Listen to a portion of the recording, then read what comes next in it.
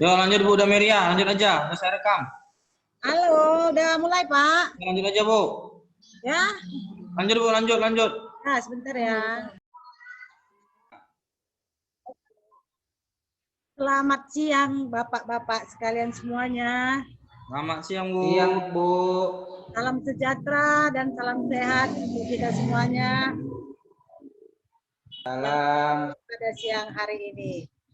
Adapun saya sebagai tutor atau instruktur, pada siang hari ini yang diambil materinya adalah asesmen formatif.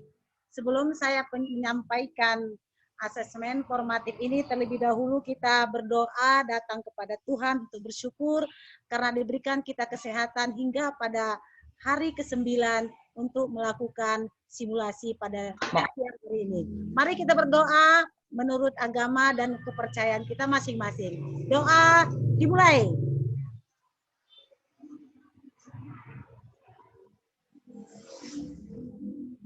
Doa selesai.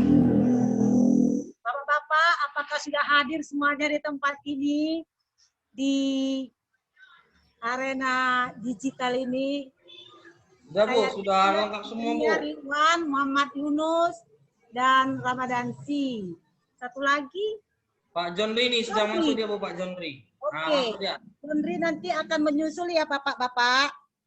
Baiklah, sebelum kita mulai, kita mau buat yel-yel lebih dahulu ya. Yelnya seperti ini aja yang gampang. Yelnya kita ambil dari materi Bapak Ridwan. LMS, yes, yes, yes. Itu ya. Nah, kanan duluan. Yes, yes, yes. Jangka agak tinggi kepala. Yes, yes. Baru yang kedua, sekolah penggerak. Semangat, semangat, semangat. Gitu ya. Mantap kali, ya. Baik Bu. Asesmen formatif. Oke. Gitu. Dapat kan? Kita mulai pertama. LMS. Yes. Yes. Buat tangannya Pak Riwan. Sekolah penggerak. Semangat. Semangat. Nah. Semangat Bu. Ya, asesmen formatif. Oke. Mantap. Baiklah. Kita masuk kepada materi yaitu asesmen daripada penilaian formatif. Bentar ya Bapak.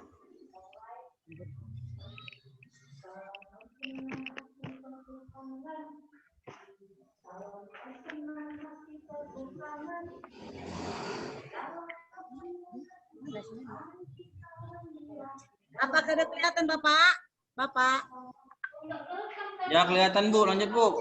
Lanjut. Baiklah. Penilaian formatif adalah suatu kegiatan yang bertujuan untuk mencari umpan balik atau yang selanjutnya hasilnya tersebut dapat dipergunakan untuk memperbaiki proses mengajar yang sedang atau yang sudah dilaksanakan. Dalam kurikulum sekolah guru diharapkan mampu menerapkan moderasi dalam asesmen, yaitu memastikan antara guru mampu melakukan asesmen adil dan konsisten dengan menggunakan kriteria tertentu, yaitu melakukan komunikasi, melakukan konfirmasi, dan klarifikasi antara guru. Dalam kurikulum sekolah penggerak itu, kenapa dikatakan harus menerapkan modernisasi dalam asesmen, yaitu memastikan antara guru mampu melakukan asesmen secara adil. Maksudnya di sana secara adil adalah guru harus mampu dalam proses belajar tersebut, dia harus mampu tidak membedakan siswanya atau anak didiknya, ada yang cantik, ada yang jelek. Guru tidak membedakan, dia harus adil. Siswanya kaya atau miskin, tidak membedakan. guru harus adil di sana. Kemudian arti daripada harus konsisten. Maksudnya apa? Tidak ada unsur kontradiksi. Kapan dalam bertindak seorang guru harus konsisten. Berarti seorang guru harus mantap dalam melakukan sesuatu hal secara terus-menerus. Dia harus bertindak secara mantap. Itulah kalau arti dari guru harus konsisten.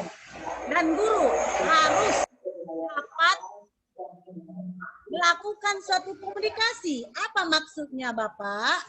Maksud di sana komunikasi, guru harus dapat melakukan penyampaian makna dalam proses belajar mengajar itu kepada peserta didik. Harus mampu guru berkomunikasi. Kemudian selanjutnya guru harus konfirmasi. Apa maksudnya di sana? Dalam kurikulum sekolah penggerak ini dapat menyatakan dengan tegas, menegaskan kepada peserta didik. Guru juga mampu mengklarifikasi. Maksudnya di sana mengklarifikasi antar guru adalah menjernihkan dan menjelaskan, mengembalikan kepada apa yang sebenarnya. Jangan terikut kepada yang tidak benar. Berkaitan dalam proses belajar mengajar antara guru dengan peserta didiknya dan antar guru dengan guru lainnya. Lanjut,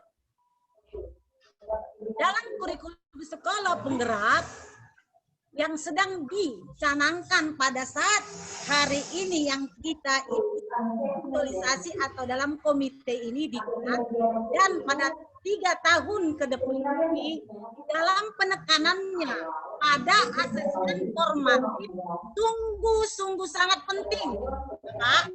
Karena apa? Kita ubah paradigma belajar yang menitik beratkan pada nilai. Kalau kurikulum yang lalu menitik beratkan kepada nilai. Tetapi sekarang paradigmanya berubah. Dia menjadi yang menitik beratkan pada proses. Jadi artinya kurikulum sekolah penggerak sekarang dalam asesmen formatif mengutamakan proses, bukan mengutamakan nilai. Jadi nanti dalam pelaksanaannya, dalam proses dia bisa jadi lebih luas. Misalnya dikatakan ada ukurannya 10, formatif, asesmen formatif bisa kita ambil 7 atau 8. Untuk nilainya, sumatifnya hanya 2 jaraknya. Jadi lebih besar artinya Pak. Jadi paradigma itu berubah. Kalau kurikulum yang lalu-lalu atau K13, dia menitik beratkan, paradigmanya menitik beratkan kepada nilai. Tetapi sekarang kurikulum sekolah penggerak sekarang di dalam asesmen formatifnya dia menitik beratkan kepada proses. Jadi prosesnya panjang. Di sanalah kita membuat asesmen formatif. Lanjut. Kapan dilaksanakan penilaian formatif tersebut? Pelaksanaan dari penilaian formatif tersebut dilakukan saat, nah, kan jelas lagi kan Bapak? Jelas. Dilakukan pada saat proses pembelajaran unit yang kita bahas, bab yang kita bahas di dalam kompetensi. Jadi pada saat proses kita melakukan asesmen formatif tersebut. Apa tujuan penilaian formatif? Tujuan untuk mengetahui perkembangan penguasaan peserta didik terhadap unit atau bab dalam kompetensi yang sedang dipelajari. Apa kegunaan nilai formatif? Kegunaannya adalah hasil penilaian formatif digunakan untuk dasar memperbaiki proses pembelajaran dalam satu unit atau bab dalam kompetensi yang sedang dipelajari agar peserta didik mencapai penguasaan yang optimal. Jadi dalam proses dia Bapak Ibu. Bapak. Nggak ada ibunya ya, Bapak aja ya. Lanjut. Jika kita menggunakan penilaian formatif dalam proses pembelajaran, maka terjadi Bapak-bapak. Maka terjadi umpan balik. Itulah yang mau kita inginkan dalam proses pembelajaran di dalam kelas. Baik di PJOK, baik di lapangan, baik dalam kelas Bapak-bapak. Kita menggunakan penilaian formatif dalam proses pembelajaran pada saat itu, dalam proses belajar yang kita lakukan, Bapak. Maka terjadi umpan balik yang banyak, karena tadi prosesnya panjang, sehingga menumbuhkan proses minat murid untuk mengalami pengetahuan. Itu paling penting. Dengan adanya umpan balik, maka menumbuhkan proses minat murid untuk mengalami pengetahuan. Di sana dia banyak mengadakan proses antara guru dengan siswa, siswa dengan siswa. Ada 10 prinsip pemberian umpan balik yang efektif. Ada 10 prinsip pemberian umpan balik efektif. Yang pertama, harus mudah dimengerti. Harus mudah dimengerti. Apa artinya waktu kita memberikan umpan balik dalam proses asesmen formatif tersebut, kita berbahasa yang dipakainya adalah sederhana. Jangan pakai bahasa yang susah dimengerti anak didik. Apalagi kayak saya ya Bapak, bahasa Inggris tidak bisa. Payah. Jadi pakai aja bahasa Indonesia yang sederhana. Jangan pakai bahasa-bahasa yang keren-keren. Supaya keren, pakai lu. Pakai apa lagi? Pakai apa lagi Pak Riwan? Yang keren-keren kayak mana bahasa Pak Riwan? Ada Pak tahu Pak Riwan? Pak John? Bahasa gua, gue. Gua bagus sekali. Pada contoh semangat. Mama Yunus apa Pak Yunus? Yang bukan sederhana. Pak Yunus lagi. Mungkin lagi off deh ya. Baik, kita lakukan. Yang kedua, mempunyai prinsip harus selektif. Apa artinya? Memberikan komentar yang detail terhadap 2 atau 3 hal yang bisa dikerjakan oleh murid. Jadi jangan kita berikan komentar-komentar yang susah. 2 atau 3 kita berikan tapi susah dikerjakan oleh murid. Dengan kata-kata tadi sederhana, dengan bahasa sederhana, anak harus bisa kita berikan komentar yang pas, yang dapat diharapkan oleh anak tersebut.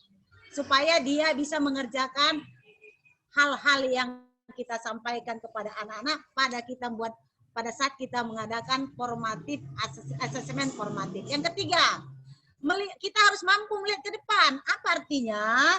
Memberikan masukan bagaimana memperbaiki diri untuk tugas atau proyek berikutnya. Jadi untuk ke depan kita harus mampu melihat ke depan. Apa yang mau kita berikan masukan, bagaimana memperbaiki diri untuk tugas-tugas atau proyek berikutnya agar proses belajar mengajar kita tercapai secara optimal. Yang keempat, harus seimbang. Apa artinya Bapak seimbang? Seimbang itu memberikan pujian atas pencapaian dan juga masukan untuk perbaikan. Jadi kita harus bisa seimbang kepada anak didik kita. Yang kita berikan pujian atas pencapaian mereka untuk masukan. Jangan karena murid siswa kita dapat memberikan masukan, kita tidak terima, nggak boleh. Mau kata-kata kita sendiri, harus kata-kata guru, oke aja. Itu namanya otonom atau otoriter. Jangan, guru nggak bisa otoriter Bapak. Guru harus seimbang. Kalau muridnya ngasih jawaban untuk masukan kepada kita dalam proses belajar, itu harus kita terima untuk bahan memperbaiki diri dan untuk tugas berikutnya. 5. Kontekstual. Apa artinya kontekstual? Itu dihubungkan dengan capaian pembelajaran, profil dan kriteria penilaian aktivitas. Jadi dia harus konteks sesuai dengan apa pencapaian pembelajaran profil dari kriteria penilaian aktivitas dalam proses tersebut. Yang keenam, 6 tepat waktu. Ini banyak kita guru mungkin nggak tepat waktu. Jadi di sini harus tepat waktu. Cukup waktu agar dia dipakai untuk memperbaiki diri di kegiatan berikutnya. Jadi kita harus mengalokasikan waktu sebelum kita melakukan proses pembelajaran. Kita harus menyediakan waktu yang tepat, yang cukup di dalam proses belajar mengajar kita. Misalnya 7 kali 35 menit, sudah ada harus di sana, kita sudah memaparkan tujuan, memaparkan materi, bahkan sampai ke asesmen daripada penilaian tersebut. Asesmen formatif, asesmen dari dan sumatif. Yang ketujuh, lebih dari penilaian. Artinya bukan hanya fokus kepada penilaian formatif, tetapi juga kepada pencapaian target pembelajaran profil. Yang kedelapan, harus spesifik. Apa artinya Bapak? Spesifik artinya berhubungan langsung dengan aktivitas yang dinilai. Jadi kita harus berhubungan langsung. Tidak boleh menjadi perantara orang lain. Tidak boleh perantara guru yang lain. Kita harus langsung terjun kepada penilaian asesmen tersebut. Yang kesembilan, melihat ke belakang. Artinya apa? Mengacu kepada kemampuan dan pencapaian murid yang diketahui dari penilaian sebelumnya. Jadi kita harus melihat ke belakang, jangan tidak melihat apa latar belakang daripada kemampuan siswa kita. Jangan asik ngebet sendiri gurunya, tidak memperhatikan kemampuan murid sebelumnya. Kita harus perhatikan dia bagaimana kemampuan anak, latar belakang anak, posisi anak, keluarga anak. Semua harus kita perhatikan kondisi anak supaya kita dapat mengetahui dari penilaian sebelumnya. Yang ke-10, transferable. Artinya apa? Fokus kepada proses pembelajaran yang mengembangkan kriteria yang lintas pekerjaan dan konteks kehidupan. Jadi kita harus diharapkan guru fokus kepada proses pembelajaran. Jangan proses kemana-mana fokusnya. Harus fokus kepada proses pembelajaran di dalam mengembangkan keterampilan, mengembangkan lintas pekerjaan dan konteks kehidupan daripada proses belajar mengajar tersebut. Bahkan kita nanti memperhatikan fase-fase anak, memperhatikan elemen-elemen daripada perkembangan anak tersebut. Lanjut. Nah, kita sampailah dalam asesmen formatif ini, kita sampai pada kesimpulannya, Pak. Adapun kesimpulan dari asesmen formatif ini adalah yang pertama, pada asesmen formatif, guru mengumpulkan sebanyak-banyaknya informasi yang membantu guru memberikan umpan balik dan tindak lanjut proses belajar sesuai dengan apa yang saya paparkan tadi di depan ya Bapak, di depan di atas. Inilah kesimpulannya. Yang kedua, selain membantu guru, asesmen formatif juga membantu siswa. Bukan hanya membantu guru ya, asesmen formatif ini juga membantu siswa untuk apa? Untuk memperbaiki cara belajar dengan menentukan kembali bagaimana strategi anak untuk belajar supaya sesuai dengan kebutuhannya. Jadi dengan formatif ini, pelaksanaan dalam proses tadi, murid itu dapat memacu, dapat membantu untuk memperbaiki dirinya dengan cara belajar, dengan menentukan kembali strategi apa yang saya buat ya, supaya segala proses dari penilaian tadi aku dapat menjawab, dapat menilai yang baik. Itulah prinsip dari siswa. Jadi bukan hanya guru saja Bapak Ibu. Dengan hal kesimpulan ini, sebentar ya Pak Tato. Hal ini sesuai dengan pembelajaran jarak jauh, yaitu 5M Bapak. 5M. Apa itu 5M? Yang pertama, memanusiakan hubungan. Yang kedua, memahami konsep. Yang ketiga, membangun berkelanjutan. Yang keempat, memilih tantangan. Yang terakhir, yaitu memperdayakan konteks. Nah, inilah yang kelima-lima inilah sesuai 5M ini dengan pembelajaran jarak jauh yang diadakan pada saat pandemi ini. Maka pada saat COVID pandemi ini, seluruh siswa, elemen-elemen guru, dan elemen pemerintah mengadakan untuk proses belajar mengajar itu termuat dalam digital atau jarak jauh. Seperti hal inilah yang kita pelajari saat ini memakai LMS yang sudah kita pelajari, yang selalu kita diklat pada saat ini. Terima kasih Bapak, itulah penyampaian saya untuk asesmen formatif pada sore hari ini. Akhirnya kalau nanti kurang mendalam, kurang dipahami, boleh Bapak online kepada saya dengan nomor kontak 081 375 688 228. Boleh berhubungan langsung. Terima kasih. Itulah kontak dari saya. Mohon saya ucapkan terima kasih. Sampai dan sekian. Terima kasih Bapak. Terima kasih. Selamat sore. Dadah. Kembalikan ke moderator Bapak.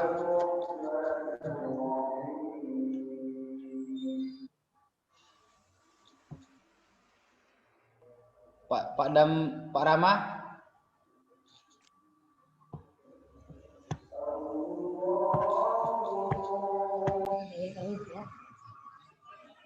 Pak Riwan. Dengar suara saya Pak Riwan? Dengar Bu, dengar. Tidak ribut ya. Ada Bu. Ribut ya. Iya Bu,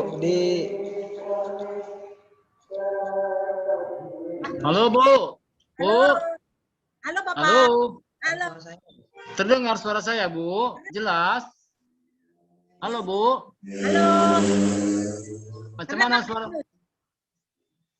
Jelas suara saya Bu? Oh, jelas Pak. Nah, jadi udah bisa kita mulai ini.